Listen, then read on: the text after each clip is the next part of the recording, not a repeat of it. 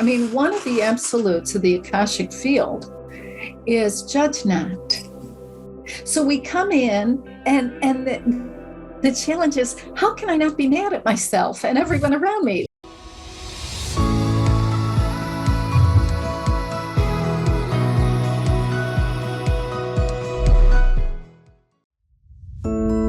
I've been able to partner with Mindvalley to present you guys free masterclasses between 60 and 90 minutes covering mind, body, soul, relationships, and conscious entrepreneurship, taught by spiritual masters, yogis, spiritual thought leaders, and best-selling authors. Just head over to nextlevelsoul.com/free.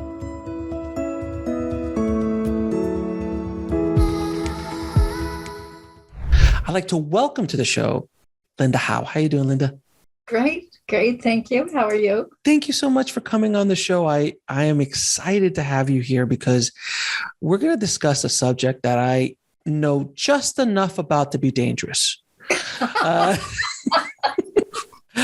I've read about the Akashic Records. I understand what they are, but I've never really truly delved deep into them. And essentially, that's what you've been doing for many, many years at this point in the game and written multiple books on the subject. So before we get into the Akashic Records, how did you start your spiritual journey?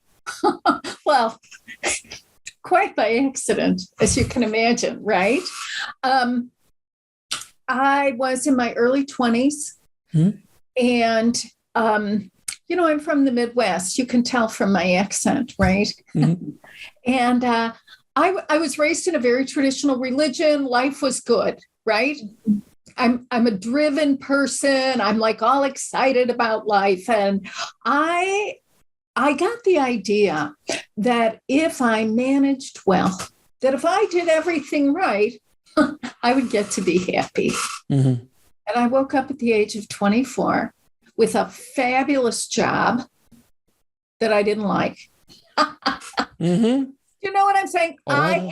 I had a cool car. I had beautiful clothes. Mm-hmm. And the truth is I had great friends. My life was rich. It was full. It looked great from the outside. The only problem was I was empty inside. Mm-hmm. And I was flabbergasted that I had followed the rules, so to speak, right? I had been good. I got the good grades. I did all of that. And yet there was no pot of gold for me. So I prayed the desperate prayer to a God I didn't really believe in anything, right? I just knew I was suffering. So I made the prayer, please help. And within short order, a couple of weeks, really, I had a moment of profound, life-changing spiritual awareness, as so many in these times are having, yes? And in this moment, I was aware, first of all, that I was completely transparent. I was like completely known. And at the same time, absolutely loved and embraced and cherished.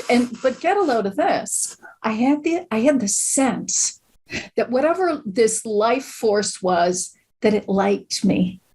Now, I understood the idea of love, Mm-hmm. I mean, love's a great idea, right? Fantastic idea. But this was nothing in my life prepared me for this. And, right. And I had done nothing to earn it. I mean, you understand, I was upended. I was 4 years old. Right. And then being who I am, the search was on because I thought, I didn't know what this was. I had no idea. And I spent from 24 to 40 looking for ways to maybe recreate that or regenerate it or tap into it again for myself. I thought, there has to be a way to make this connection, right? That doesn't involve drugs. I mean, this really was my thought at that point. Right? I was like, oh, come on, there's got to be a way. And lo and behold, I was led to the Akashic record. And when I opened the records, it was, to this day, I'm freaked out when I think of it, because it was the closest. It was as if I was back in that moment when I was 24. And so that was in 1994. And I don't know, I'll leave it to you to figure out the math. I don't know. It's been a while. It's been decades. And I keep, it's captivating. So I've been on the path pretty much my whole life. That's amazing. That's I mean, that you had that revelation at such a young age is a blessing, because many don't have it ever in their lives, and some of them come much later in life, and sometimes it comes much harder in life. You didn't have to go. It didn't seem, from what you just told me, that you went through some dark period to find this light. You were in a very, actually, quote unquote, happy place in a exterior sense, not an interior sense. Right. But from the window dressing, it looked fantastic. Well, absolutely. And this is, as a Westerner, it was really quite fitting, because I had achieved what appeared to be the Western ideal of success. And when I found it was hollow for me, I mean, I was crushed. Oh, I was betrayed. I was everything. Oh. Of course. And I do believe, when I look back at it now, I recognize the perfection of it. Oh, of course. Yeah. We all, I mean, in hindsight, you start looking back at those things and you're like, okay, this all makes sense. I know. Now I get it. When you're 24 and in the middle of, you're like, this doesn't make sense. In those 16 years you were looking, it didn't make sense. No. Those were some dark times. Well, there were, it was a roller coaster. It was fabulous. I had a wonderful time. It was it's a ride, which life is. Life is a ride. It brings me to this quote that I heard from Jim Carrey, the very famous comedian actor, who said, I wish everybody in the world could get everything they ever wanted, so they would understand that it is not everything. Because he did. He basically got what you got on steroids. Yes. World's most famous person, tens of millions of dollars, beautiful women, anything he wanted, it was at his disposal. And he felt dead inside, he said. Yeah, void. And he's like, oh, and now that's why he is who he is now. And he's kind of pulled into more of the spiritual side of things, as opposed to the physical, this intoxicating world that we live in. It's extremely toxic. It's extremely toxic. Yes, I know it is. That's a great word. So what are the Akashic Records? Aha.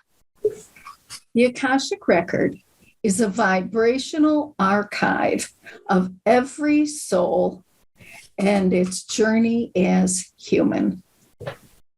Okay? Mm-hmm. So if we break that down, we look at it's a vibrational archive. So because it's vibrational, it's non-physical. We don't see it. You don't see it with your human eye or even with the strong eye. Okay. So there's no librarian. There's no librarian. There's no librarian. I wish there was a librarian. I love librarians. No, there's no librarian. Mm-hmm. There's no place to go. It's everywhere. Fascinating, right? It's accessible everywhere in its wholeness. So I'm here in Chicago, and I can make a connection with the records right here. Yeah. And I mean, I could be off the East Coast of Brazil, and I could connect. Yeah, I could connect with the records. I mean, it just doesn't matter. It is accessible by a perceptual shift in awareness. Okay. So the work of the records is in our awareness. Okay. Mm-hmm. All right. So it's a vibrational archive. So it's a collection.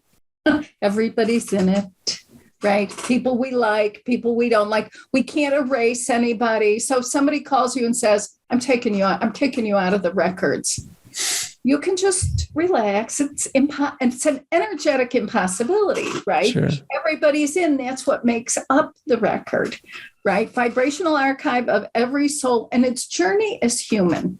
Now, this is really fascinating to me, because there are people who will say, oh, what about my lifetime in, I don't know, in another galaxy? Mm-hmm. Listen, I don't know. We don't know the record, but the record doesn't say. The record doesn't say, no, that's not true, or yes, that's true. The record has nothing to do with other galaxies. It's about the soul as human, right, in its incarnations here on Earth. Mm-hmm. It also does not address, interestingly enough, like there are people who will say, oh, you shift from, if you have some bad behavior, you have to go back to being a bunny, right? If you're lucky, right? Or some kind of creepy crawly, okay. And that we switch species. From a record standpoint, is that true? Who knows? It's not the point of the record. The record does not address that. It doesn't say one way or another, okay? So it's really about the soul in its human incarnations here on Earth. Okay. Simple. It's as simple as that. So with there's thousands of questions coming flying in right now. So give me a second. I know. I can hear your mind. Like this to process this all. Yes. So with the Akashic Records, when you say you're able to get to them, what do you mean exactly? Is it a meditation? Is it a prayer? And how can you connect with the different quote unquote volumes of the record? The way I work in the record is I was given a prayer. And in the saying of the prayer, as it's written, right, as it was, delivered to me, right? In the saying of the prayer, there is a subtle shift in the perception of the practitioner. Okay. So if I'm opening your records or even my own, I'm the practitioner. In the saying of the prayer, in the following of the instruction, I experience enough of a shift, okay, to register these impressions.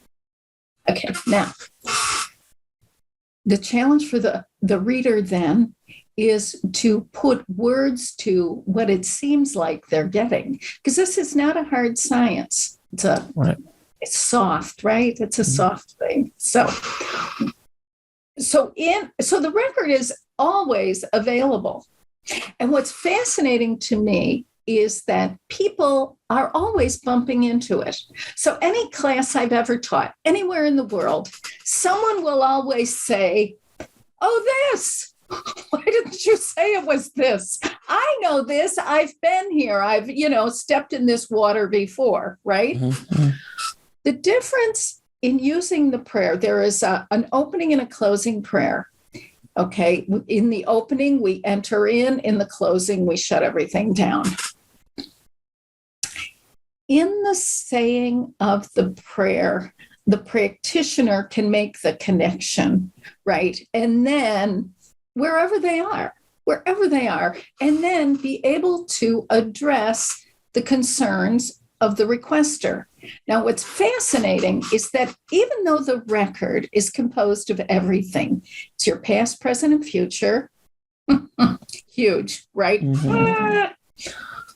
But the truth of the matter is that if I was to connect into my records and get everything all at once, it would do me no good. Exactly. Can you see it? Everything's blowing up. So our questions are really vital. Our questions, my human concerns are the way in, right? And by human concerns, there's a handful, right? Work and money, family of origin, love. Right? They're really health. Okay. But see, the record is alive. And what works best is to ask questions that are alive to me now. So if I have issues with my health, I go into my record, I'm like, what is up with my health, right? And in that, it's in the family of, like, it seems like 85% of the people who work in the records have that sense of knowing, okay? 10% are visual. That's not very many. 5% are audio. So out of a group of 100 people, 85 of us may never see an image. Does that mean we're not in the records? No. It means the work of a student is to discover for themselves how they receive and how best to interpret what's being provided. Okay, so you could come to my class, lots of talent, no scarcity of talent, right? You're excited, you're ready to go. But the truth is, you have no idea what you're doing. And you have all kinds of old ideas about what the record is. How some tall, thin guy, faceless monk in a brown hooded robe is going to meet you and show you a book with your name on the page. I mean, obviously. Okay, what else would it be, right? But the fact of the matter is, that's not it at all. So when you come to the class, I want you to come and bring your concerns and your questions about yourself and your life, right? Like, what is it? Because if I go to the record and I say, tell me my past lives, this is not a fishing pond, you understand. The record will respond to my sincere questions in the moment, at the time, right? But let's say I'm having a real challenge. I don't know. I have this adult son. The only thing harder than parenting a young child, is being the parent of a young adult. Okay? How do I support and encourage this guy? How can I be in a relationship with him that's nurturing for both of us? Like, what is going on? Right. This will take me into the record. But if I say, tell me about my son, the record is like, mind your own business. Anyway, does this help at all? Yeah, it's interesting because, I mean, the one thing about the Akashic Records is that it has been talked about for thousands of years by mystics and by sages and yogis in the world. I mean, it is definitely intertwined in the philosophies or the spiritual philosophies of the East specifically for thousands and thousands of years. So it's not like it's this new age, like, oh, this just showed up in the 70s or the 60s. Like, no, it's been a while. I think people are becoming more open to these ideas as based on the sales of your book and how many people love what you do and things like that. If this book would have been released in the 1920s, not so much. People have been like, what are you talking about? So as a society, as a species, we need to be prepared and awakened enough to acknowledge this information, which is really interesting to me. And I think nowadays, we're awakening more and more. I think we are awakening. But with that awakening, there is some fighting going on. Interior and in ourselves and other souls who don't want to wake up. They're like, no. Let's hold on to what we know. Let's hold on to the past. Let's hold on to these things that are more grounded in reality or in quote unquote reality, earthly things. Mm-hmm. But there's so many people who are just like, no, this is not enough. And I think the pandemic shook the entire planet up, like literally like an Etch-a-Sketch. If I might date myself. Oh, I love that. It's like an Etch-a-Sketch back in the day. It shook it up, and everyone for a moment stopped and said, wait a minute, am I really happy doing an hour commute every day for a job I don't love? I'm spending so much time with my family. I want to do more of this. Mm-hmm. How can I figure out? And then the question started to change. Like, how can I'm not like, oh, I hate my job. No, how can I have a job that allows me to do more of what I love? Mm-hmm. That's a very powerful question. That's a huge question. It's a very powerful, and that's what a lot of people, that's why everyone's leaving their jobs. Everyone wants to work from home. Everything just shifted all of a sudden. And then everyone else is just trying. So there's all this kind of craziness. I wanted to ask you before we get back into the Akashic Records, sure. And I'd love to hear what the Akashic Records has to say about this. Uh-huh. The world is going through a shift. There's no question about it. Between environmental, political, economic, pandemic, everything. The world is going through a massive shift.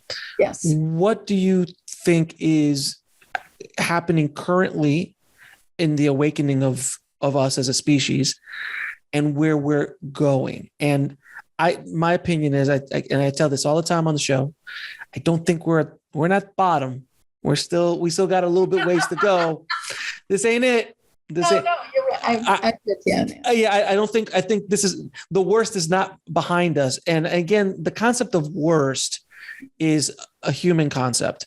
Mm-hmm. When you look at the wholeality of our lives, the worst things that happen to us at the moment that they happen, we thought were the worst things. We lost the job. We didn't get the girl or didn't get the guy. That opportunity went away.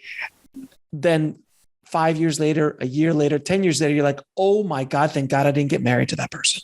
Oh my God, thank God I didn't get that job, because it led me to opening my own business. And I went off and did this, and so on and so forth. So I think the same thing on a species level is happening right now. Yes. So I'd love to hear what you think. Yes. Well, my personal experience of the pandemic, is the best thing that could have happened to me. Right. Because I had been for a while like, how can I get off the treadmill? Right. I was traveling. I mean, I was living in an airport, basically. Right. Not a bad place to live, but not my first choice anyway. And I couldn't stop myself. Okay. Yeah. You're there. It was glamorous and it was everything. Oh, the ego. Oh, my ego loved it. I loved it. But here was but anyway, so the pandemic hits. And anyway, and I found myself at home, which it turns out I loved. But here was the thing. I looked around me and I did a lot of work in my records. And what became very clear in all of it, especially in the early days, like, what is this virus and blah, blah, blah. I mean, all those, we were really frightened. We didn't. Oh, no, it was like, is this the end of the world? It's right. And it was really interesting because any suspicions we had about other people really were amplified. Like, oh my God, that person might be, if they're not sick, they could be a carrier. Maybe I'm a carrier. We were afraid of everything, ourselves, others. It was just toilet paper. Paper. Oh my God, right. And then we have to get in line and we have to go at 7 a.m. to toilet the paper.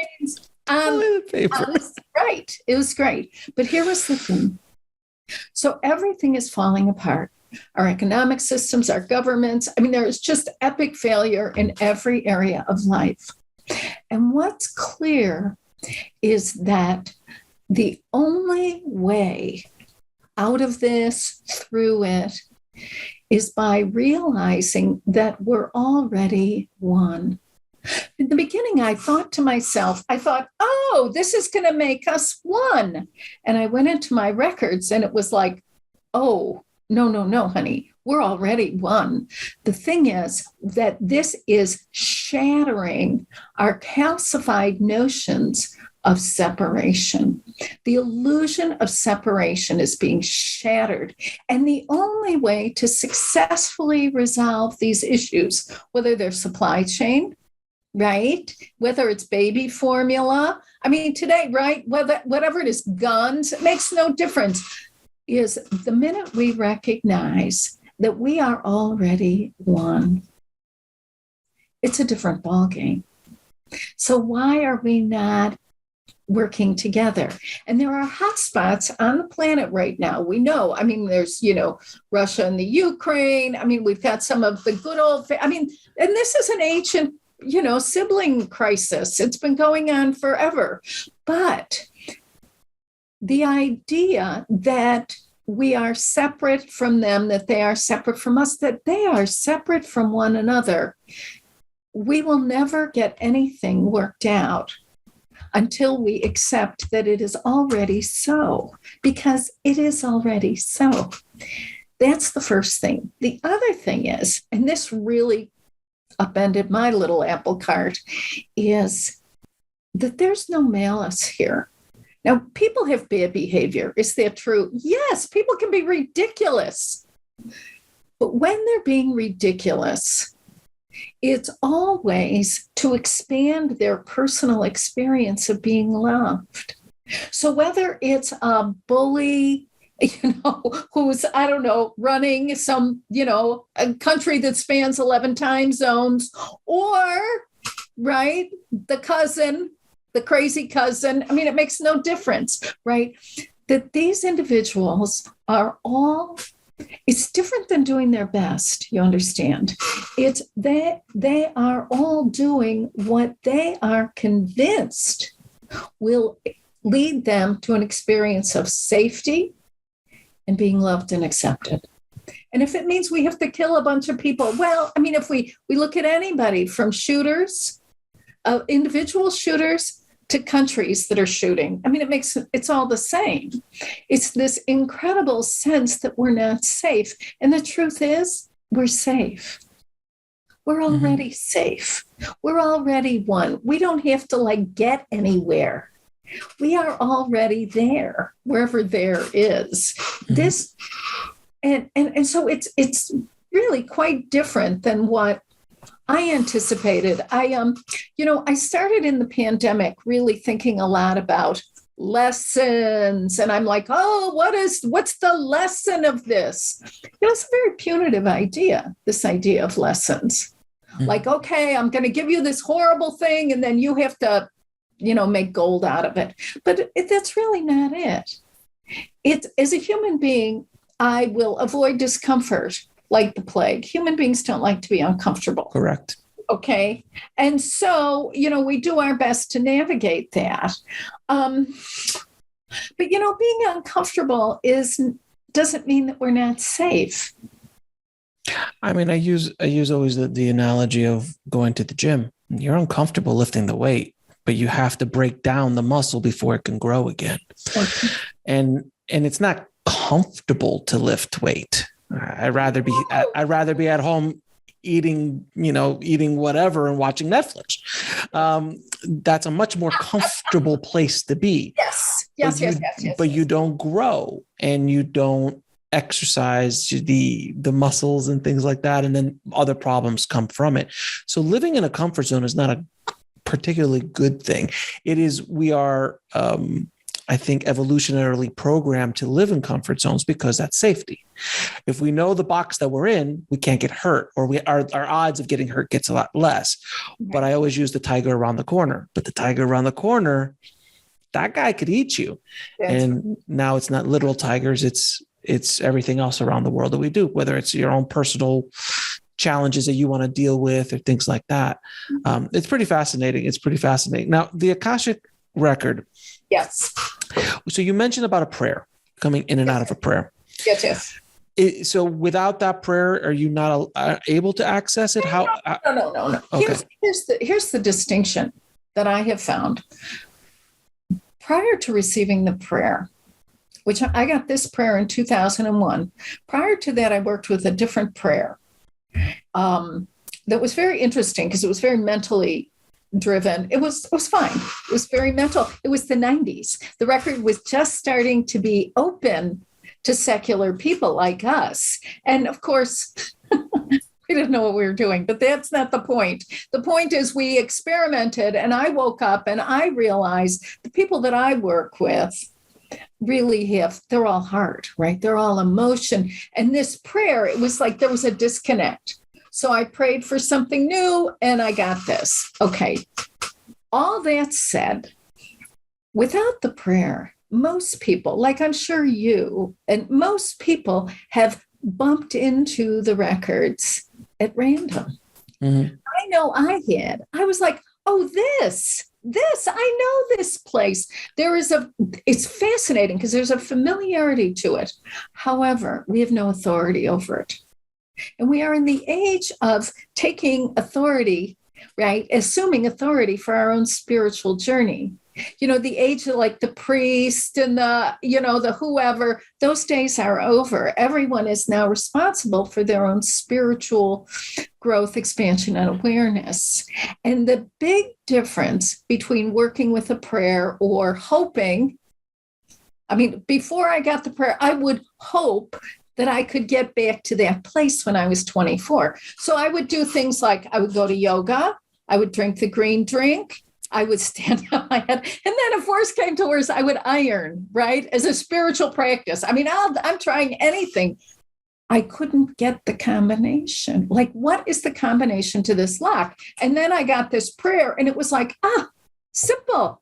simple shift in awareness. And what's interesting when we work in the record is we are fully conscious. We are conscious. We are responsible. It is deliberate. So like, it's not being done to me. It's happening through me. I am a willing participant. Right. So we are never, we're coming off of thousands of years of being victims of our own spirituality. Mm-hmm. Right. Because, of course, what else would we be? But now, how do we make that shift? And that's the shift that's underway. How do we do this? In my own work, I have the awareness that this is what my life is about. It was not on my plan, but that's another story, right? But it's like, okay, so my life is about giving people ideas that are helpful, true, right? Enabling, really giving people the tools they need, proper education in this. Because you come to a class with the talent, but you don't have the skill. And we can't go, I go to my mother for the skill. She's like, what are you talking about? Right? Our predecessors do not have these skills. Our kids, they already know. My son says to me, when he was a little boy, he would say, oh, what is all this talk about the light? Everybody knows everybody's filled with the light. Like, aren't you a knucklehead, Mom? Right? It's hilarious. It's funny. But see, we are this bridge generation. We are the bridge generation. Which is why we're obsessed. Like, we want to learn everything. We're trying, we're pressing, we're pushing, we're probing, we're going deeper, we're going further out because this is our time, because we have a responsibility individually and collectively to open the way to those that come after us. It's so interesting. We want to open the way in positive ways that have been helpful to us. It's so interesting that, my generation, I'm a Gen Xer.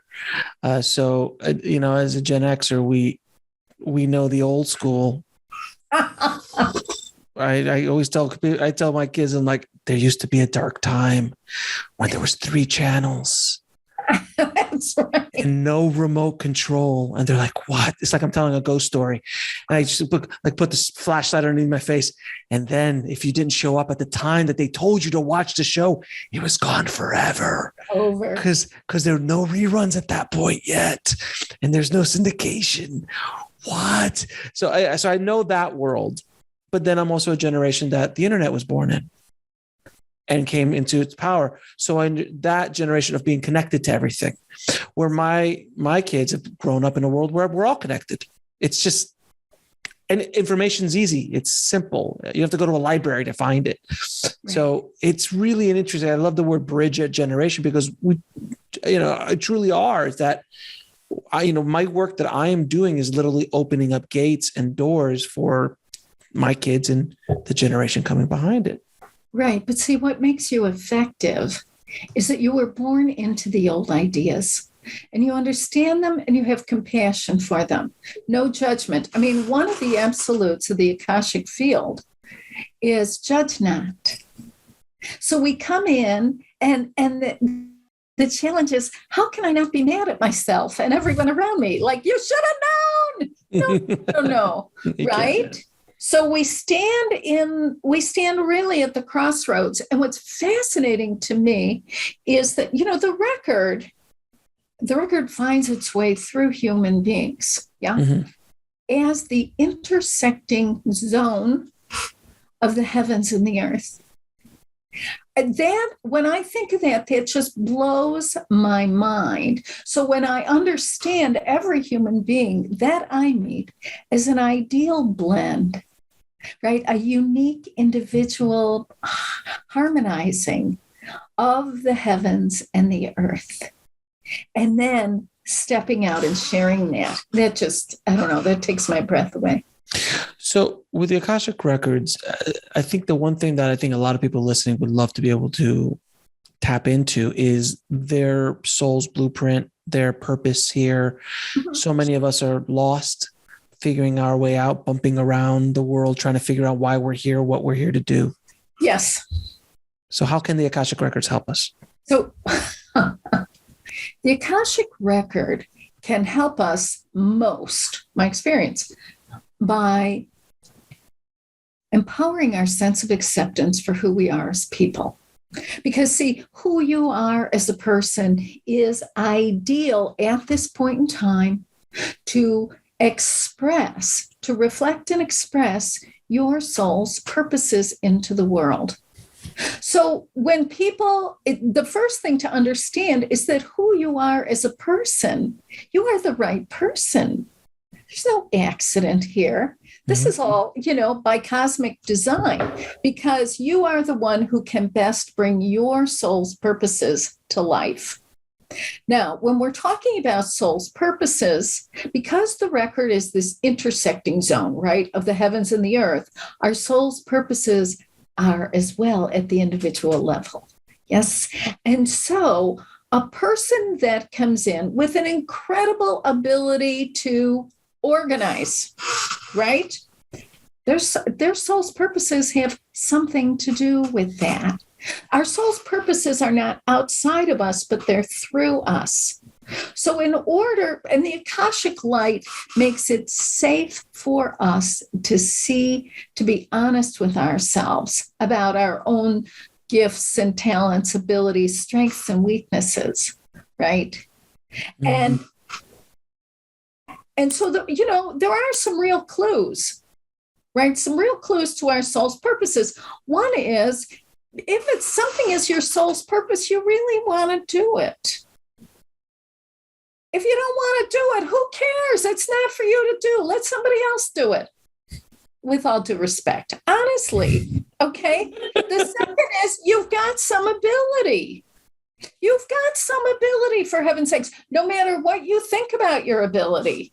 See, I think I have the wrong abilities. I'm like, no, wait, I should be an accountant.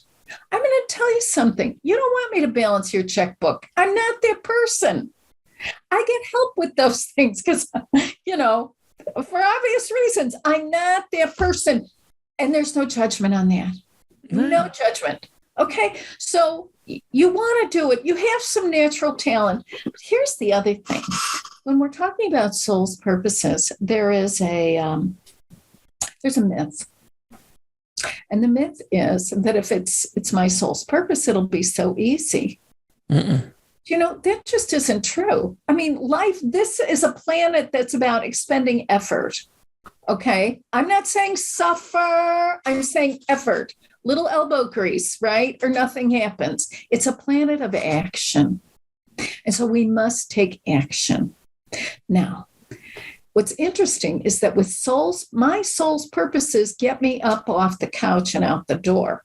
If it's not my soul's purposes, I'm going to change that channel. I'm going to hang on to that remote. But if it's my soul's purpose, see, there is a connection between what we want to do as human beings and what we're willing to do. And that's all in this realm of soul's purposes.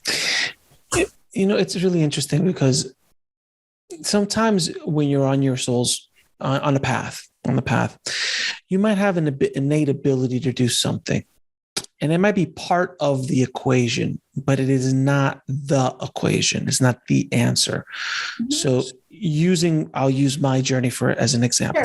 Sure. I early on had a gift for editing. I was an editor for movies and television shows and commercials. But what I really wanted to do was direct. So for years, I used the editing skills I had to make a living. But my goal was always to direct. And then that base that I built off of that was used I became a much better director because of all those years of editing and things like that. Of course. But there was a lot of anger, a lot of frustration, a lot of bitterness because I was helping other people with their dreams. And a lot of times they didn't know what they were doing, or, that is a judgment, but it is. It's a fact. That's all right. It's a fact, or like they gave this guy $3 million, but I can't get money for my movie. These kind of ideas. So mine was a little bit more muddy as opposed to like, I didn't say I wanted to be an NBA player. And then I struggled for the next 10 years trying to be an NBA player when I obviously do not have the build, a skill set or anything to be the NBA player. But I did have all of this I did have the skill set and the abilities to do what I was aiming for, but yet the doors didn't open in the way that I needed to. And there are things holding me back. They were all my mentality, things like that. But I just wanted to put that out there for the audience to hear, because sometimes, I might be a really good organizer. Let's using your example. I might be a really good organizer, but what I really want to do is be an architect. Well, the skill sets of an organizer can lend themselves as a tool in the toolbox of an architect without question. So I'm just trying to, because sometimes it gets a little muddy, and you can spend decades walking down the wrong path, chasing something that maybe you're not. Am I making any sense? Yes, of course. But here's the thing, it's a very, it's ecological and it's an economical universe. So nothing's wasted. Nothing. Mm-hmm. Okay. Every talent that we cultivate, sometimes people wake up, they say, oh my God, I'm over here. My path is over there. Right? I have a friend, this is so funny. She was a doctor, very good doctor, very happy as a doctor. Woke up one day, decided that this is all wrong, whatever. She's now doing real estate. She loves real estate. Now, how did she go from doctor to real estate? Well, all kinds of terrible things happened, right? And along the way, she wasn't saying, oh, isn't this great? I'm being led to my divine purpose. She was mad as sin, right? For a few years there. But the fact of the matter is, in this real estate, in order for her to go into real estate, she had to let go of all her judgments about being in real estate. Real estate is for crooks and doctors are good people. I mean, all those kinds of things, right? All of that had to go. On her way, she had to let go of all these old ideas. And lo and behold, she works with people. And she works with people one at a time. Mm-hmm. And everything she cultivated as a doctor, learning how to listen, learning how to be with people who were really unhappy for a variety of reasons, to listen behind their questions, their concerns, for what was important to them and what wasn't important to them. All of these skills have brought her to a level of great satisfaction and excellence in real estate. And it's so, initially it was all, I wasted my whole life, all that schooling, all of this. No. Mm-hmm. Agreed. This is all part of it, because she is a certain kind of real estate person. You see. I'd argue probably one of the more unique ones, because she comes from a perspective that is so outside of real estate. Right. And so it all works. And so it's very important that we not judge harshly. Before I did this, I was in title insurance. Do you know anything about title insurance? It's extremely exciting work. Oh, it is the bastion of boredom in America. I mean, it was. But you know what? But see, I studied history. Of course, I would find myself in title insurance until, there was not enough Chinese food to keep me happy. I had to get out. It was terrible. But anyway, and now, so now I'm working in the records, which is, interestingly enough, everything that I wanted from title insurance, everything I wanted from history, I found it in the records. It's about who people are. It's about what's important. It's about what does it take to change? How do we transform? And the Akashic Record is the light of truth, right? So it's not about a guide telling us what to do or where to go. It's about the light shining on us so we can see and know ourselves as we are seen and known by life itself. And then begin to explore what could be possible, right? And just because, so if we can come to the idea that we live in a world and in a universe that there is no excess. Everything happens exactly the way it needs to happen. Right. In your life, that if you're on a path right now, it might be you've gone off the deep end a little bit and you're being pushed back onto the main path, but there are skills and tools that you're putting in your toolbox that you will use eventually in your main goal. So again, I'll use myself as an example. I've been in the film industry for almost 30 years, and now I'm podcasting. Now, from the outside world, and I still work in the film industry, but my main daily exercise is podcasting. So how do you go from being an editor, filmmaker, and all that, all the way to having a conversation with you? And how did those skill sets prepare me to have a conversation with you to this moment right now where we're at? Well, if you look back, I've been working in communications all my life. Whether in the editing world, in the directing world, in the writing world, I've been communicating all my life. Also, the technical skills that I've acquired over the years have allowed me to single-handedly build a business, build a show, build multiple shows without incurring hundreds of thousands of dollars in cost by hiring people to do it, because I have the technical knowledge to do it all myself. So again, hindsight. Yes. When you're in the weeds, going through all that, learning, adding those tools in your tool set, you might not be happy about it.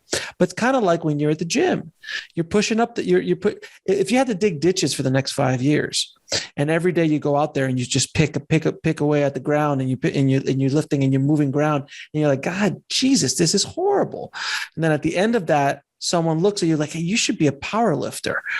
Well, you've now built a body up over the last 5 years because you were bitching and moaning about digging that ditch. You're like, what is this leaning towards? And then all of a sudden the door opens, like, you should be a power lifter, and now you're a professional power lifter. I'm just using that as an example.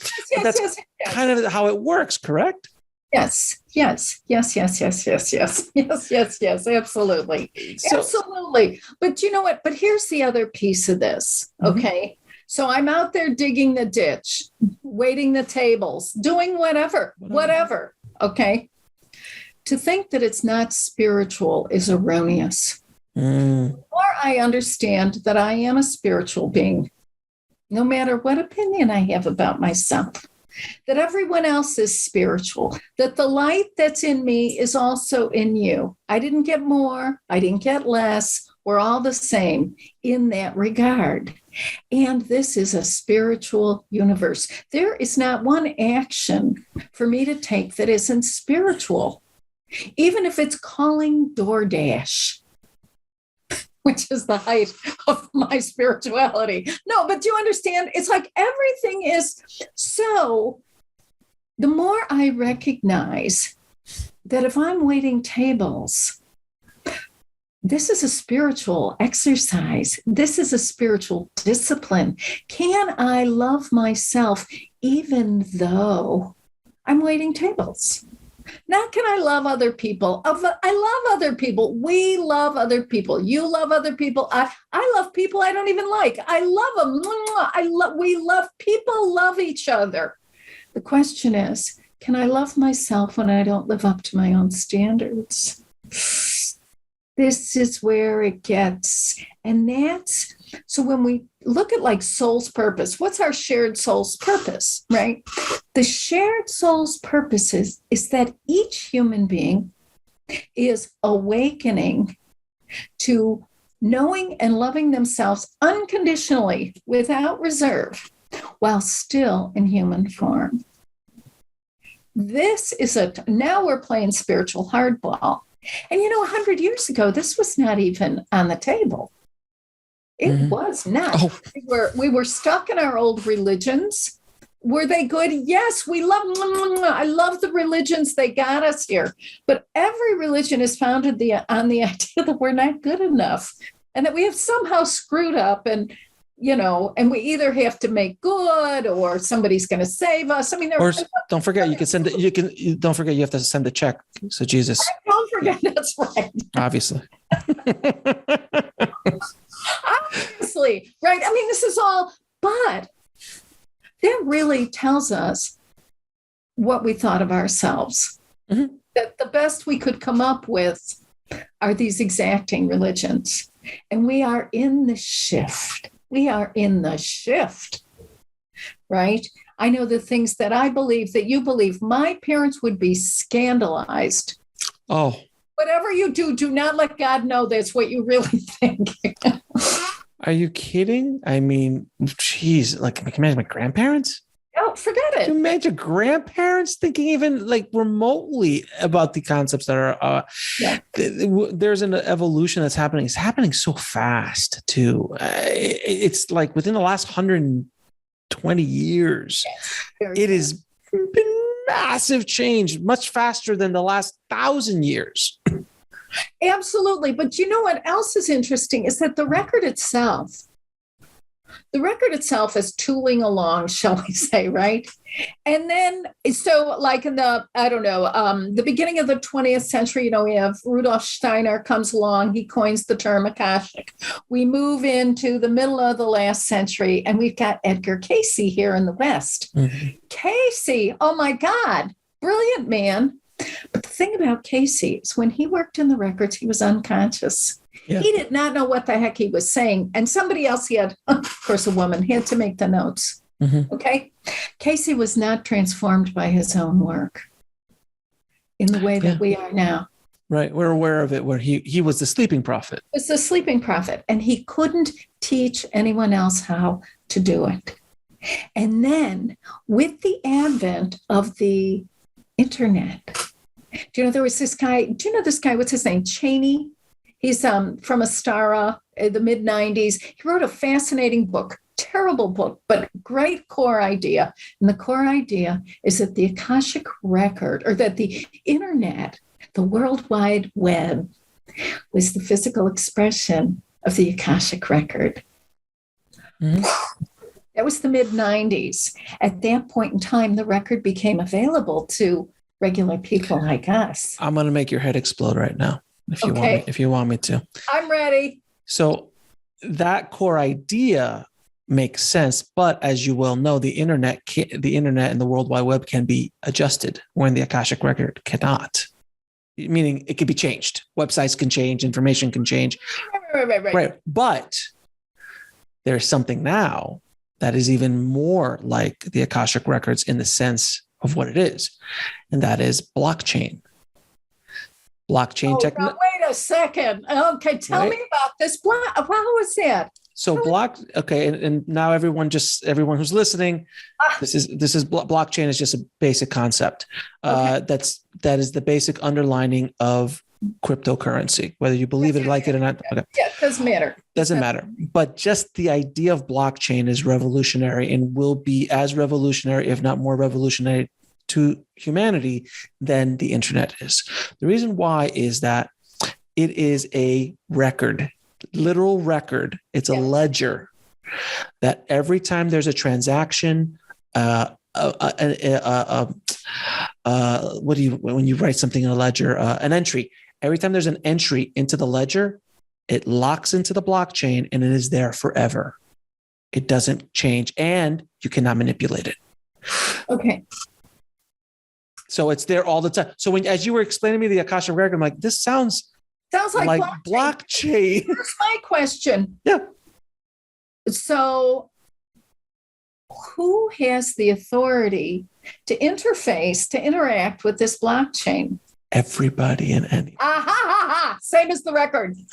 Right. And no one has domain over it. Okay. And it's not in one location. It's everywhere at all times. Oh, I love this. It's decentralized. It's decentralized. Decentralized, right. It's decentralized. So that is the basis of blockchain. So cryptocurrency runs on it, transactional things, technology runs on it. It is building things like your medical records. There's so many ideas that the concept of blockchain is going to change the way things are. But in the example is essentially the Akashic Records, in the sense that when an entry is put in, it can't be manipulated. Everyone has access to it, and anyone can see it at any time. Okay, but that's where the record is different. Correct. Okay, because you could go in and ask about me. Right. Okay. And the record will let you know what you need to know about me, but that could be completely different than what my sister needs to know about me. Right. And so it's a need to know, but it's interesting because it's deeper than the mind. The mind is like, tell me everything. I want the scoop. This is underneath that. Okay. Right. Deep. So and if you're out, it's very self-correcting. So if you're out of line, the records will just say, "Oh no, I'm sorry, that's not for you." So let me ask you. All right, so yes, it's a little bit different than blockchain, but the concept is. But it's interesting because it is, but it's self-selecting because not everybody wants to jump in on this blockchain and it's the same thing with the record. And Though it's available, doesn't mean everybody wants in. And also, not everybody understands how to get to use certain records. So it's similar in that sense. Yes. I think it'll be that way for quite some time. It's like, because there's still, my parents and God forbid grandparents are still trying to figure out email. So there's that. Like, how do I get an attachment? I was going to say, what about attachments? We get the email. The attachment. What is this text? How is text different than email? I'm like, I'm right there. I'm sure my kids are going to be doing that to me too. I don't know. Maybe we won't. Maybe we'll be a little bit more savvy in the future. We'll see. They're like, Dad, the hologram works like this. That's when you hit there, then you walk onto the holodeck and then you can order a drink. God, Dad. So obvious. So let me ask you a question then, as an experiment, and you can tell me yes or no. Okay. Could you ask a question about me in the Akashic Records and see what comes up? I just out of morbid curiosity, if anything, because I like the idea that they're not going to tell you anything unless you need to, the information you need to know. In other words, I can't call in. I can't tap in to the Akashic Records. Linda, so when she was a child, what was her past lives? It's none of your business. It's none of your business. unless we, like me and Linda, have this bad blood. Why is that? Oh, because when you were both Mayans. Different story. Right. So and this brings us back to the kinds of, the record responds to our questions. It responds to a sincere inquiry, right? If I really want to know, need to know about something, a person, a place, a thing, a condition, a situation, that will be revealed in a way that is helpful to me now at this point. Okay. If I don't need it, it'll be like, oh, what else are you in? What else? I mean, all the time I get this. Oh yeah, that's fun. But no, that's really not the point. Because, I'm so easily distracted. It's a fascinating thing because when we work in the records, we have a chance to see who we are in the light of truth without judgment, criticism, right? It's like, oh my goodness, there I go again. So is there any value, or do you think, of asking the records about our conversation right now? No, I don't. Okay, there it is. Yeah, no, I don't. Right. Now, we talk a lot about vibrations and lifting your vibration, and certain people are at a certain vibrational level. Right. Is there anything that you can suggest to people listening to raise their vibration, to raise their awareness, to awaken them a little bit? Here's the thing. In the record, listen, everything is vibration. We get that. That's all true. All true. Absolutely true. Okay. Now, what is also true is that the way human beings make a connection, a conscious connection with vibration, is through emotion. Mm-hmm. And what drives emotion is thought. Okay, so we have an operation function happening here. So people come and they say, "Oh, I want to, raise my vibration." Well, why? I mean, what is that? What do you really want? Who cares about your vibration? You didn't even know you had one a month ago. I want the highest one. I want to be the highest. I want to be the high. Of course, we all do. But the thing is, human beings we do not experience vibration as vibration, right? And if we do, so what? What we want is we want things like fulfillment, satisfaction, happiness, enrichment, love, bliss, okay, states of consciousness.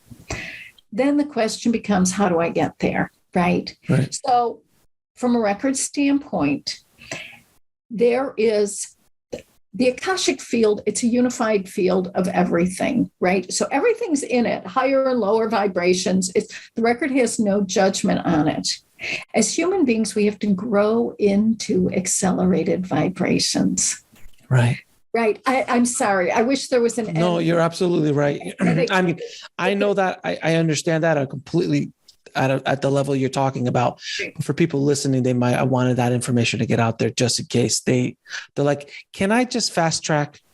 I just want to be enlightened. Can I just get enlightened? But here's the thing. The truth of the matter is everyone, no matter, again, be careful of how we evaluate ourselves. We are not here to judge ourselves. We're here to experience our lives. So you can say, oh, I want to be enlightened. Who knows? Maybe everybody's already enlightened. We're already awakening. Anybody who came to the planet at this time either has a big hole in their head or they're already enlightened. I mean, come on. And no one in their right mind would say, hey, I'm going in. Put me in, coach. This is the time. This is hardball. This is hardball. And so, but the idea with the vibration. So here's how this is fascinating. You know, when we work in someone's records, we do it with permission. We never we don't go around opening the records of people we don't know just because they're interesting. Please, you have to give me personal permission. You have to say, could you please do this? That gives me permission. When the practitioner has temporary authority over the light grid that holds you in place. As the practitioner recognizes the truth, understands the truth, can speak, convey, describe, what happens is your light grid or the light patterning changes. And then you leave and you grow into the new pattern. That's how this works. Now, if I say, oh, listen, you're here. Let me just tinker around with your light grid. Let me play with your vibrational field. From a record standpoint, it doesn't work that way. Remember, the record is the intersecting zone of the heavens and the earth through a human being. So we have to look at what you're recognizing and how you're living and the alignment of the two. And from a spiritual perspective, every choice you make was the best choice you could make at the time. No one ever gets up and says, today is the day I destroy my life and the lives of my children. No one ever says that. Right. We all do our best and we make so many mistakes. It's like awful. But what do we got? We're just people. We have to lower our standards a little. Just like, come on. Anyway. You're absolutely right. Which brings me to our next question, healing. I know you wrote a whole book about healing with the Akashic Records from our past. And we bring our past along like really dirty luggage that we just can't get rid of. Like hoarders. We're hoarders of the past. Oh, I love that. We're hoarders of the past. We need an exorcism from our please, God, baggage. So how can the Akashic Records help us heal from the past and move forward? Okay. All right. So here's the first things first. The record will not change your past. Right. So if they hit you with the frying pan, they hit you with the frying pan. Okay. That's it. We're not going to go in and change things. If your ex walked out on you and is cheating, that's the way it goes. These things happen. Here's the healing. The healing is in the shift in our awareness of ourselves. So, can I love myself even though they hit me with the frying pan? See, if I'm applying this is what I've seen this so clearly. It blows my mind. So here I am, I'm 7, and I'm thinking I should respond like a 65-year-old woman. No, I'm 7. These are big people. I'm scared of them. I behave like someone who's a scared 7-year-old. It's very different. So we want to be careful not to bring today's truth to yesterday's situation, and to really begin to see and know ourselves as we're seen and known in the light of truth. And the truth is, it was another time. And there are so many of us who have the idea that we, especially if we have any kind of spiritual awakening, we're like, oh man, we're dangerous, right? We think, oh, I should have been able to stop that. I should have been able to fix that. I should have been able to change that. I'm really sorry, folks. Can I love myself even though I could not stop the rape, stop the pillage, stop the plunder, stop the war? Even though I could not keep my family from getting killed, could I have any compassion for myself in that situation? Acceptance is the first step in healing, to really come to terms with the reality. The other thing is this. Am I willing to be kind, respectful, and loving? When we talk about being spiritual, we're talking about, can we be loving when it's not so easy? You know, some people are easy to love. Some people are a pain in the ass. Mm-hmm. How can I love myself in the presence of someone who doesn't get me? Probably a family member, right? How do I love myself when I thought if I was any kind of a person, my marriage would last forever? How do I love myself when my kid's a drug addict? Not how do I love my kid? I love my kid. You know, it just goes on and on. Then the next part is, am I willing to participate in life even though I'm not perfect? See, when I first started working in the record, I thought, oh, this is great. Now I'm going to find out how to get perfect. Right? And then I'll participate, but I'm not going out there till I'm perfect. No way. Well, lo and behold, here we are. How many years later? I'm still, I've got my handful of issues. The thing is, am I willing to participate? Am I willing to love other people and visit with them, even though, whatever, we all have our list of grievances. And the one thing, if anything's going to hold us back, it's the grievances we have against ourselves. It's like, oh, honey. So when we talk, it's like these, when I first came into the record, I had a lot of great ideas, none of them correct, but they were great. And they were like I had the ledger, right? Like, here's the thing. You have a good life, you have a bad life. You're a good person, you're a bad person. Then I'm in the records. You know what I find out? I've always been a good person. Sometimes I've acted like a jerk just because I was scared. I was still a good person. How do we reconcile? The record empowers us to recognize the immutable truth about who we are and who everyone else is. I mean, it's like, it's stupefying to me, and it's completely liberating because we can all get off the hook. And that's the thing that so many of us beat ourselves up for past actions or decisions we made with the mindset and the hindsight of now. So like, you're like, oh, I wish I wouldn't have started smoking when I was 17, or started drinking when I should have never picked up that, right, that I should have never smoked that thing, or I should have never taken that job. I should have never gotten to that relationship or opened that business. You can't do that because you made the best decision you could make at the moment that it was made. And every choice we make, every choice at that moment in time is our best option to expand our personal experience of being loved. That's it. No one ever goes into a relationship and says, I really like this person, but I'm going to go with that one. What is that? That's crazy. Nobody's crazy that way, right? Unless they say, oh, I love this person, but it's dangerous for me to be in a loving relationship, so I'll go be with someone I don't like. That's a different story. Mm-hmm. It is the most loving thing I could do for myself.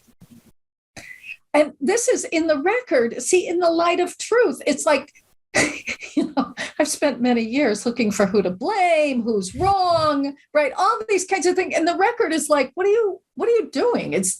That's not what this is about. That is not what the game of life is about. The game of life is, am I, Linda, willing to love myself and others no matter what? It doesn't mean, am I willing to have the ex-murderer over for dinner? No, I'm not. It doesn't, you got to use your head here. But can I love myself even though I used to be friends with the ex-murderer? Of course. Now I can. I couldn't before. Now I can. It's okay. It's okay. It's at the end of the day, it's okay. It's going to pass. It's okay. Now, Linda, I'm going to ask you a couple questions. Ask all my guests. What is your mission in this life? My mission. It's a great question. My mission in this life is to make access and excellent education and truth about the Akashic Record available to anyone who wants it. And what is the ultimate purpose of life? To learn to love ourselves and others, unconditionally. Now, where can people find out more about you, your books, your courses, everything that you do? LindaHowe.com. Simple as that. LindaHowe.com. And you know what? I have a new book that comes out June 14th. Oh, what's the name of the book? Oh, I'm so excited. The Heart of the Akashic Records Revealed. Oh, very cool. And that'll be available, obviously, on Amazon and everywhere else books are sold. Wherever you get a book, right? You can find it there. You will find it. Yes. I'm so excited for that new book. And Linda, thank you so much for coming on the show and sharing the knowledge of the Akashic Records. I have a better understanding of what it is now. It's kind of like blockchain, but different. And it was fascinating conversation. So Linda, thank you so much for coming on the show and for what you're doing for the planet as well. So thank you so much. Oh, goodness. Thank you very much. Thank you.